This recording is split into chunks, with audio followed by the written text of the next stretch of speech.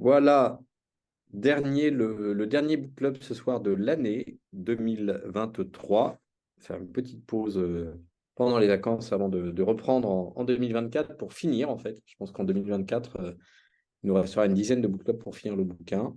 Voilà, donc là on est à l'ingrédient numéro 16, capturé. Et il y a plein de choses à dire de cet ingrédient qui a l'air de rien. Et puis surtout, il y a des choses à dire parce qu'il est, il est souvent, il fait souvent l'objet de confusion avec son ingrédient cousin, l'ingrédient 17 qui s'appelle la récolte. Et en fait, c'est pas du tout la même chose.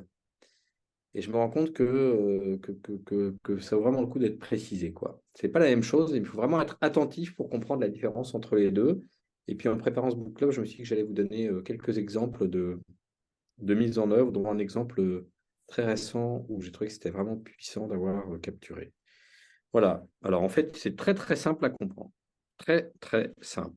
Capturer, vous voyez, quelqu'un avec un filet à papillon et il essaye de choper tout ce que les gens disent. Voilà, c'est ça capturer. Ça se résume à ça. Attraper tout ce que les gens disent. Alors que récolter, ça va être, on verra l'année prochaine, collecter les fruits d'un travail afin de pouvoir s'en servir plus tard. Donc ça n'est pas la même chose.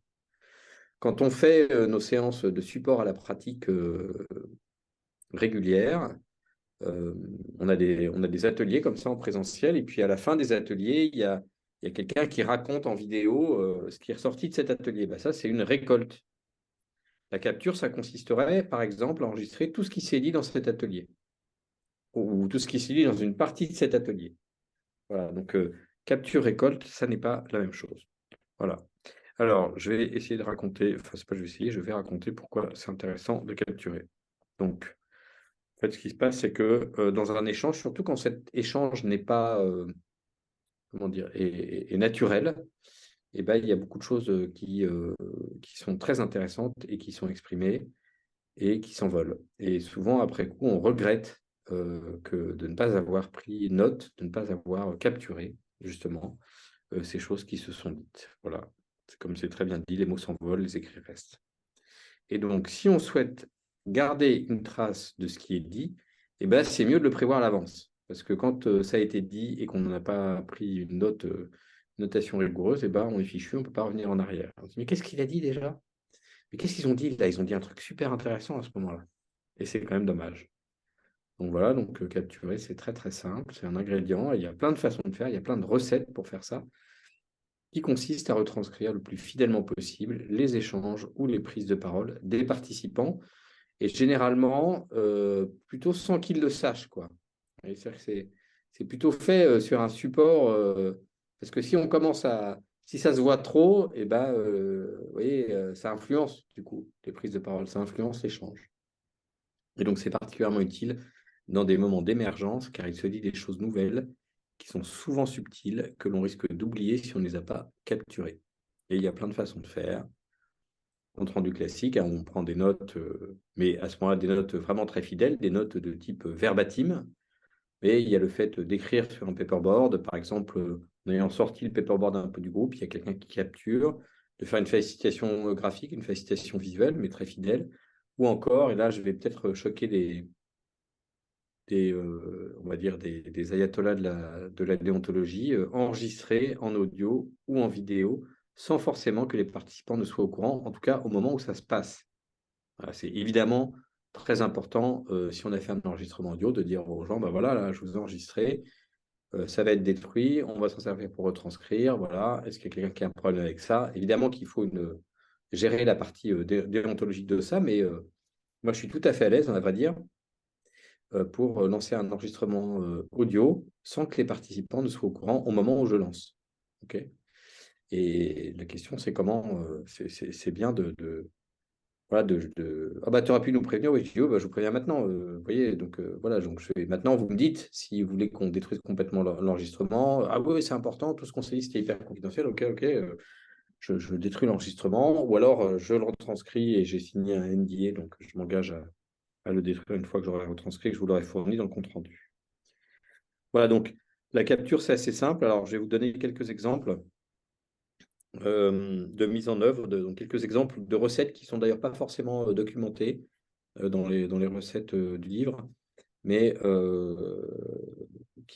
voilà, je vais vous en donner 2 ou 3 qui racontent des façons de capturer. Alors, la première recette que j'aime beaucoup faire, quasiment systématiquement, c'est faire un scribing. Euh, voilà, donc un scribing, qu'est-ce que c'est? Bah, c'est une capture visuelle, hein, une facilitation visuelle. Donc, vous voyez, on est en début de séminaire. Donc, moi, il y a un moment où j'adore faire ça. Je trouve que c'est particulièrement pertinent. C'est au moment où le patron introduit le séminaire à son équipe. Et donc là, il est là, hop, il dit, bah, OK. Et d'ailleurs, en général, même si je ne l'ai pas prévenu, je le fais quand même, quoi, hein. Donc, il parle à son équipe, OK. Généralement, bah, les gens sont installés, ils sont sur des chaises, là, c'est très mal dessiné, d'accord. Hop, voilà, ils sont sur des chaises. Et puis, ils écoutent le patron qui dit, bah voilà, on est réunis avec tel objectif et dans tel état d'esprit. Et voilà, moi, ce que j'attends de ce séminaire, voilà pourquoi je l'ai organisé. Donc, ça dure en général quelques minutes comme ça. Et ben moi, dans ce moment-là, en fait, je suis là. OK. Et puis, je vais prendre des notes. Je vais prendre des notes, mais verbatim, quoi. Alors, je ne vais pas tout noter. D'ailleurs, je ne sais pas vraiment ce qu'il va dire, mais je vais prendre des notes. Et donc, souvent, ouais, ça va prendre cette forme, quoi, hein. C'est-à-dire, je dessine le patron qui parle, là, vous le reconnaissez, hein. C'est lui, là. Voilà, puis, je vais écrire intro. Et puis là, bah, je vais écrire des points qui donnent. Alors, ça va être une facilitation visuelle. Donc, vous voyez, typiquement, ouais, on va utiliser des trucs comme ça. On va utiliser des bulles, on va utiliser des flèches. Voilà, on va suivre le fil de sa discussion. Donc, c'est intéressant de se former à la facilitation visuelle, hein. Maintenant, il y a de plus en plus de formations à la facilitation visuelle. Et donc, ça s'appelle un scribing. Voilà. Et un autre, et voilà. Et là, les gens le voient, mais ce n'est pas central, vous voyez, dans l'échange. Et ensuite, une fois qu'on a terminé et que je prends la parole, enfin, je dis je, c'est n'importe lequel d'entre nous, hein, on est plusieurs à faire ça chez la Boétie ou même chez les partenaires, bien sûr. Et bah, du coup, je peux dire, moi, voilà, j'ai juste pris note des points clés. Alors, quand c'est des gens qui découvrent tout ça, ils sont en général assez. Euh, et puis, on va scotcher cette feuille, on va scotcher cette feuille sur un mur et on va garder de toute façon tout au long du séminaire, hein, si on a un paperboard. Et ça, c'est quand même irremplaçable par le digital, n'est-ce pas? Et ben, on va scotcher toutes les feuilles de paperboard au mur et ça va nous constituer petit à petit une espèce de cockpit de tout ce qu'on a produit. Voilà, ça, c'est un premier usage. Un deuxième usage, et ça, on est vraiment aidé par la technologie, c'est bah, je vais enregistrer une séquence, tout simplement. Donc, comment je fais? Bah, voilà, j'appuie sur, hop, là, je prends mon iPhone, ok, et de façon assez discrète, en général, je le pose face cachée, vous voyez, mais tout simplement, je lance l'application dictaphone, là, c'est un petit bouton rouge, l'application dictaphone, ici, un petit bouton rouge, ok, tac, petit bouton rouge, comme ça, hop, dictaphone, et puis ça va enregistrer. Voilà. Alors, la réalité, c'est que, en tant que tel, réécouter une bande audio, c'est un peu long. Quand je dis on est super aidé par la technologie, c'est que maintenant, on a l'intelligence artificielle. Donc, vous pouvez rebalancer ça dans un moteur d'intelligence artificielle qui va vous faire une autre transcription textuelle complète en supprimant les E, les bas, vous voyez, qui va faire une retranscription de ce qui a été dit. Et ça, c'est quand même hyper puissant. Vous voyez. Vous lisez le truc, éventuellement, vous nettoyez un peu parce qu'il y a quand même des phrases qui sont redondantes, mais vous avez une retranscription. Alors, je vous donnerai dans le temps d'échange, j'ai une appli comme ça où j'ai pris un abonnement à 20 € l'année et je me sers de plus en plus de ce truc-là, quoi. OK. Un autre cas de figure où c'est extrêmement intéressant, que je vous recommande vraiment de faire ça, ce que je viens de vous décrire, c'est vous avez un échange avec un client au moment du cadrage, le premier échange, ou même le tout premier contact téléphonique. Le tout premier contact téléphonique. OK. En général, maintenant, ce contact, il est pas par téléphone, il est par une visio sur Teams ou sur Zoom, sur Teams de plus en plus. Et ben, vous vous mettez en haut-parleur, OK, peut-être me faire attaquer hein, par des anciens clients. Et puis vous faites ça, donc vous mettez en haut-parleur, et puis sans que le client le voie, en fait, mais vous voyez, voilà, donc vous ouvrez ça, quoi, vous faites l'appli dictaphone, et puis vous appuyez et vous enregistrez. Et là, ensuite, c'est votre propre déontologie, bien sûr, de supprimer l'enregistrement une fois qu'il a été fait, mais ça vous permet, en fait, vous posez votre truc à côté, Vous discutez, ça vous évite de prendre des notes, que ça vous permet d'être entièrement concentré dans la conversation. Ensuite, vous appuyez sur, vous arrêtez le truc, vous le remontez dans le moteur d'IA, il vous retranscrit, vous supprimez l'enregistrement, terminé. C'est comme si vous aviez pris des notes hyper fidèles, vous voyez. C'est comme si vous aviez eu, je ne sais pas quoi, une capacité à prendre, ouais, c'est ça, cette capacité à prendre des notes de façon hyper fidèle. Et enfin, la troisième modalité que je vais vous décrire, qui est aussi une modalité. Donc, bien sûr, le dictaphone, ça marche très très bien en groupe, ok. Et la dernière modalité, c'est ça, j'aime beaucoup faire ça vraiment. Donc là, cette fois-ci, vous êtes en visio avec quelqu'un, ok.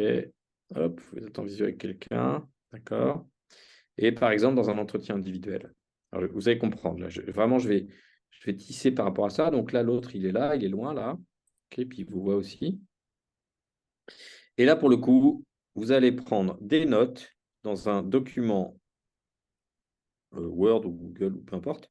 Vous allez prendre des notes, mais vraiment au kilomètre. Enfin, je veux dire, bon, donc ça demande beaucoup de concentration, hein, mais au kilomètre. Et notez tout ce que votre interlocuteur dit. Tout, enfin quasiment tout, vous voyez. En faisant ce travail qui consiste, du coup, l'avantage par rapport à l'intelligence artificielle, c'est que vous n'avez pas la même mémorisation quand même en faisant ça. Donc vous prenez vos notes au kilomètre. Et pourquoi c'est intéressant? Eh bien, parce que vous pouvez le renvoyer en fait à votre interlocuteur ou vous en servir pendant une séquence de séminaire, par exemple. Et donc, c'est une capture, hein, c'est une capture vraiment au sens le plus littéral du terme, quoi. Une capture pure et dure, quoi. Exemple, et c'est un séminaire réel, il y a 15 jours, j'avais une séquence qui était intitulée Stretched but not stressed. C'était un COMEX. Et donc, le patron voulait qu'on ait une séquence, une demi-journée. Il dit en fait, donc c'est une filiale d'un grand groupe, voilà, dont le siège est, je ne sais pas où, en Irlande ou aux États-Unis, je ne sais plus où très bien. Et ils sont très stretchés par le groupe. Vous voyez, stretché, ça veut dire très mis sous tension. Quand ils font leur budget, le groupe leur envoie un plus 10%. Enfin, c'est assez compliqué, quoi. Ils sont dans une séquence assez compliquée. Et le patron sent qu'il y a beaucoup de stress dans son COMEX. Moi, j'ai rencontré chacun individuellement. Ça fait partie de mon besoin pour comprendre comment gérer cette séquence, comment imaginer cette séquence. Ok. Donc, j'ai rencontré chacun individuellement, ça dure à peu près 3/4 d'heure, 1 heure, et j'avais 3 questions. La première question, c'était, voilà, le patron, là, il a dit, on a une séquence stretch but not stressed. Dans quelle mesure vous considérez que c'est un sujet important, en fait, que c'est important de parler de ça en séminaire? Ma deuxième question, c'est, s'il vous plaît, donnez-moi des illustrations concrètes de stress que vous avez vécu ou dont vous avez été témoin et, et qui vous ont semblé être un stress excessif, en fait, un stress anormal, un stress que vous ne souhaitez pas vivre ou pas voir vivre dans l'entreprise. Et puis, ma troisième question, euh, c'est au fond de quoi il faut parler en séminaire. Moi, j'ai besoin de savoir de quoi il faut parler en séminaire parce que je n'ai pas envie de faire un truc inutile.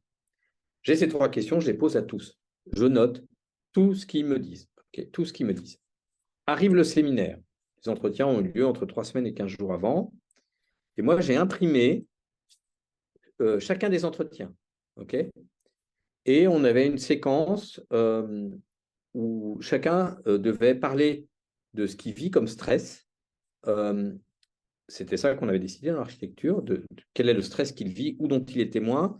Mais vous voyez, au niveau de vérité qu'il souhaitait, c'est-à-dire il n'est pas obligé de tout dire, quoi. Vous voyez, c'était délicat comme séquence. Et donc, à ce moment-là, moi, je leur ai dit, bah, voilà, souvenez-vous, moi, je vous ai posé des questions là-dessus. Et donc, pour vous rafraîchir la mémoire, je vous ai imprimé ce que vous m'avez dit. Je vous le donne, c'est votre entretien. Je vous donne un stabilo boss et je vous invite à surligner les sujets dont vous souhaitez parler parce que c'est important pour vous. Parce que selon vous, c'est important d'évoquer ça. Donc il regarde, il me dit donc, évidemment, c'était sympa, ils m'ont fait un feedback sympa, ils disent bah, c'est hyper fidèle. Déjà, ils me disent c'est hyper fidèle. Bah oui, c'est normal, j'ai noté tout ce que vous avez dit, donc c'est normal que ce soit fidèle, je suis pas, j'ai rien inventé, quoi. Et en fait, le fait de revoir ce qu'ils avaient dit, vous voyez, ça leur a facilité, en fait, ça avait déjà été entendu par une oreille humaine.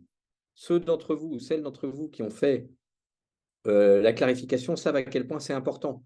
C'est-à-dire, il y a déjà quelqu'un, moi en l'occurrence, qui avait entendu ça et, et qui n'est pas tombé en apoplexie, vous voyez, devant la gravité du sujet. Et donc, ça a été entendu par une oreille humaine. En plus, cette oreille humaine, non seulement l'a entendu, mais l'a noté et donc entre guillemets, fait mémoire de ça, quoi. Donc, je suis aidé dans le fait de le dire au groupe, en fait. OK, il y a quelque chose qui m'autorise à dire plus de choses que si j'avais dû parler spontanément ou même avec une simple petite réflexion individuelle préalable. Voilà, donc ces 3 exemples de mise en œuvre, enfin de processus dans lesquels on voit une capture à l'œuvre. Et il y en a beaucoup d'autres, hein. Là, j'en ai pris en plus certains qui sont plus individuels. Vous voyez, quand j'ai pris l'exemple du rendez-vous téléphonique avec un client, quand j'ai pris l'exemple de l'interview dans le cadre de la préparation d'un séminaire.